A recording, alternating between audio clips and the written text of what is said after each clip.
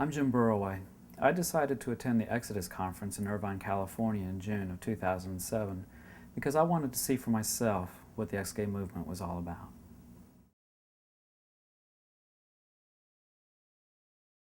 I've really never seen an exception. Anytime there's a lesbian relationship, you can pretty much guarantee that you've got codependent and emotionally enmeshed dynamics playing out as well.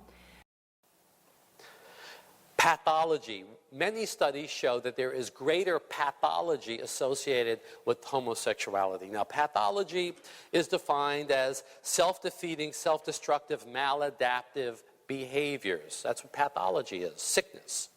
A 1999 study, very recent, Archives of General Psychology showed substantially higher levels of mental health problems in homosexuals compared to heterosexuals.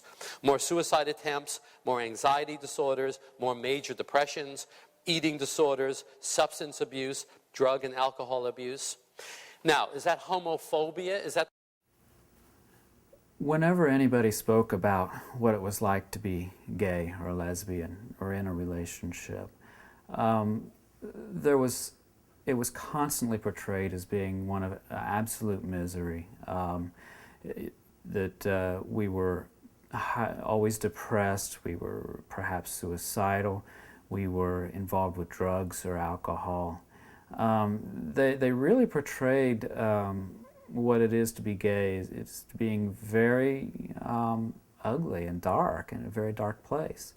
And to hear their own experiences, it sounds like some of their experiences really were dark and empty and lonely. But the problem is that they represent their own experiences as being common to all of us.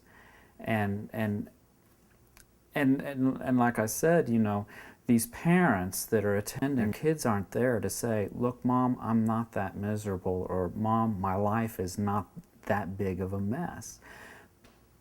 These parents are hearing this and believing that their children's lives are that big of a mess. And I think it really serves to kind of drive a wedge between parents and their kids rather than bring them together.